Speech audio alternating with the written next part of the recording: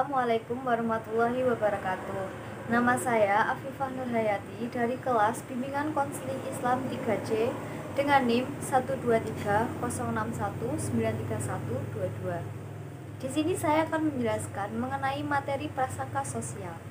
Yang pertama, definisi dari prasangka sosial. Menurut Mar'at, prasangka sosial adalah dugaan-dugaan yang memiliki nilai positif maupun negatif. Tetapi biasanya prasangka sosial lebih bersifat negatif.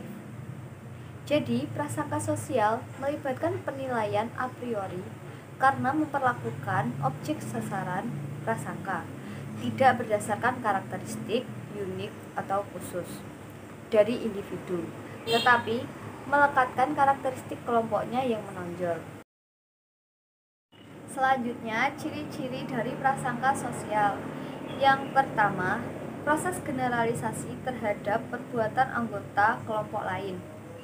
Menurut Ancok dan Suroso, jika ada seorang individu dari kelompok luar berbuat negatif, maka akan digeneralisasikan pada seluruh anggota kelompok lainnya. Sedangkan jika anggota kelompok sendiri berbuat seperti itu, tidak akan digeneralisasikan. Yang kedua, kompetisi sosial. Suatu cara yang digunakan anggota kelompok untuk meningkatkan harga dirinya dan menganggap bahwa kelompoknya yang lebih baik. Yang ketiga, penilaian ekstrim terhadap anggota kelompok lain. Individu melakukan penilaian kelompok lain baik positif maupun negatif. Yang keempat, pengaruh persepsi selektif dan ingatan masa lalu. Yang kelima, perasaan frustasi. Rasa frustasi di mana saat itu membutuhkan pelampiasan. Yang keenam, agresi antar kelompok. Yang ketujuh, dogmatisme. Sekumpulan kepercayaan yang dianut seseorang berkaitan dengan masalah tertentu, salah satunya mengenai kelompok lain.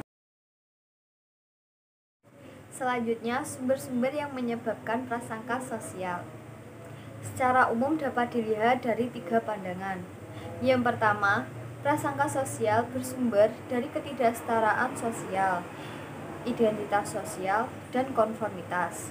Yang kedua, prasangka secara emosional bersumber dari frustasi dan agresi, kepribadian yang dinamis, kepribadian otoriter. Dan yang terakhir, prasangka kognitif. Selanjutnya, ada 7 faktor yang mempengaruhi prasangka sosial. Yang pertama, pengaruh kepribadian. Yang kedua, pendidikan dan status. Yang ketiga, pengaruh pendidikan anak oleh orang tua. Yang keempat, pengaruh kelompok. Yang kelima, pengaruh politik dan ekonomi. Yang keenam, pengaruh komunikasi. Dan yang terakhir, pengaruh hubungan sosial. Selanjutnya, teori-teori prasangka sosial. Yang pertama, teori konflik realistik. Teori ini memandang bahwa terjadinya kompetisi dan konflik antar kelompok dapat meningkatkan kecenderungan untuk berprasangka dan mendiskriminasikan anggota outgroup. Yang kedua, teori belajar sosial. Menurut teori belajar, prasangka adalah sesuatu yang dipelajari seperti halnya individu belajar nilai-nilai sosial yang lain. Prasangka biasanya diperoleh dari anak-anak melalui proses bersosialisasi.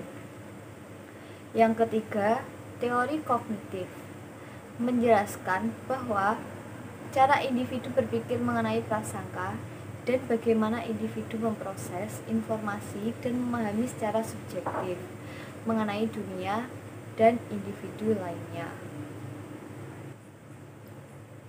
Yang keempat, teori psikodinamika. Menurut teori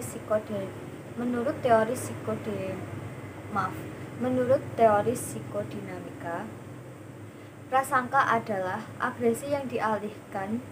Pengalihan agresi terjadi apabila sumber frustasi tidak dapat diserang karena rasa takut dan sumber frustasi itu benar-benar tidak ada. Yang keempat, teori kategorisasi sosial. Dari teori ini membedakan diri kita dengan orang lain, keluarga dengan keluarga, dan kelompok dengan kelompok lainnya.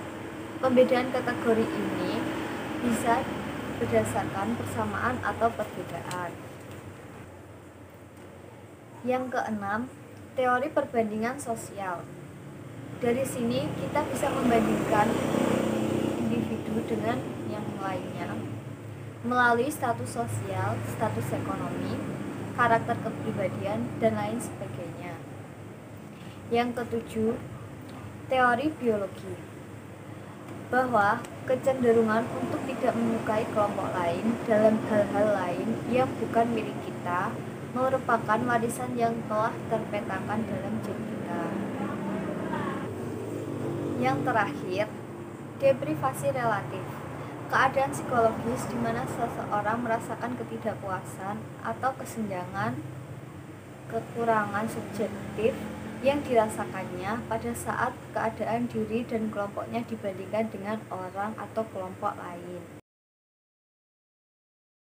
Dampak dari prasangka sosial.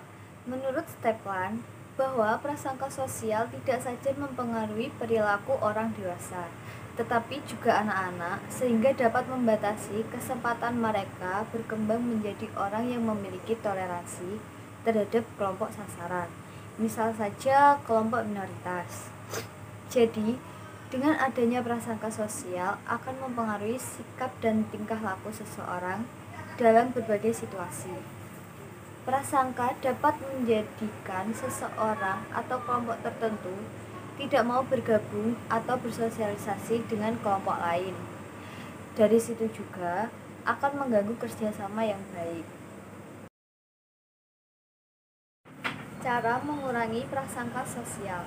Yang pertama, melakukan kontak langsung.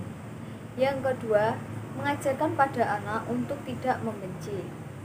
Yang ketiga, mengoptimalkan peran orang tua, guru, individu dewasa yang dianggap penting oleh anak. Yang keempat, menyadarkan individu untuk belajar membuat perbedaan tentang individu lainnya. Sekian penjelasan dari saya. Apabila ada salahnya, mohon dimaafkan. Terima kasih. Wassalamualaikum warahmatullahi wabarakatuh.